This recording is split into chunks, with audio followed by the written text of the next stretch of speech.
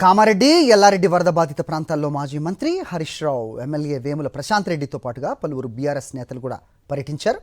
బాధిత రైతుల్ని కలిసి పంట నష్టం గురించి వివరాలు అడిగి తెలుసుకున్నారు. హరీష్ రావు రైతులకు నష్టపరిహారం ప్రకటించి నెల రోజులు దాటుతున్నా ఇంతవరకు ఎలాంటి పరిహారం అందలేదని ఆగ్రహం వ్యక్తం చేశారు.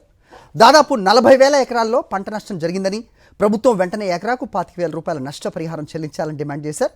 వరద బాధితులను ఆదుకుంటామని చెప్పి నెల రోజులు గడుస్తున్న కాంగ్రెస్ ప్రభుత్వం నయా పైసా విడుదల చేయలేదని మండిపడ్డారు. జిల్లా అధికారులు పంపిన రిపోర్టులో దాదాపు 344 కోట్ల రూపాయల నష్టం జరిగిందని చెప్తే ఇప్పటి వరకు 34 రూపాయలు కూడా ఈ జిల్లాకు విడుదల కాలేదు.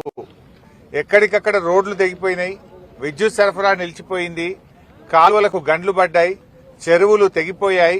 కానీ ఏ ఒక్క చోట కూడా పునరుద్ధరణ ప్రక్రియ స్టార్ట్ కాలేదు. రిపేర్ చేసింది లేదు, రైతులకు పైసా సాయం చేసింది లేదు, ఇండ్లు కూలిపోయిన ప్రజలకు కూడా ఒక్క రూపాయి ఇచ్చిన పాపాన పోలేదు. అంటే రేవంత్ రెడ్డి మాటలకు ఎక్కువ, చేతలకు తక్కువ. ఇవాళ దాదాపు కామారెడ్డి జిల్లాలో 40,000 ఎకరాల్లో పంట నష్టం జరిగింది. వేలాది ఎకరాల్లో ఇసుక మేటలు పెట్టడం జరిగింది, వేలాది ఇండ్లు కూలిపోవడం జరిగింది. మరి రేవంత్ రెడ్డి గారు ఎందుకు సాయం చేయడం లేదు? ఆ రోజు ఏం చెప్పినావు నువ్వు?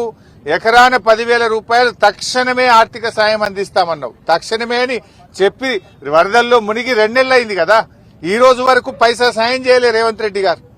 ఇలా రైతులను ఉసురు పోసుకుంటున్నావు. నువ్వు యూరియా ఇయ్యలేక ఇబ్బంది పెట్టినావు, 2 పంటలకు రైతు బంధు ఎగబెట్టినావు, సన్నవడ్లకు బోనస్ ఇవ్వలేదు.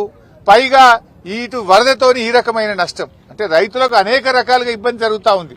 అటు బోనస్ రాక, ఇటు యూరియా దొరకక, అటు రుణమాఫీ పూర్తిగాక, 2 పంటలకు రైతు బంధు రాక బాధపడుతుంటే వరదతో మరింత బాధ వచ్చింది. కనీసం వరద బాధితుల్ని కూడా నువ్వు ఆదుకోలేని ముఖ్యమంత్రివి. నువ్వే ముఖ్యమంత్రివి? ఈ జిల్లాకో మంత్రి ఇవ్వకపోతివి, ఇన్ఛార్జి మంత్రి ఇడిదిక్కు రాదాయే. ముఖ్యమంత్రిగా నువ్వు వచ్చి చూసి కూడా ఈ రోజు వరకు కూడా నువ్వు చెప్పిన మాట ఒక్కటి కూడా అమలు కాలేదు.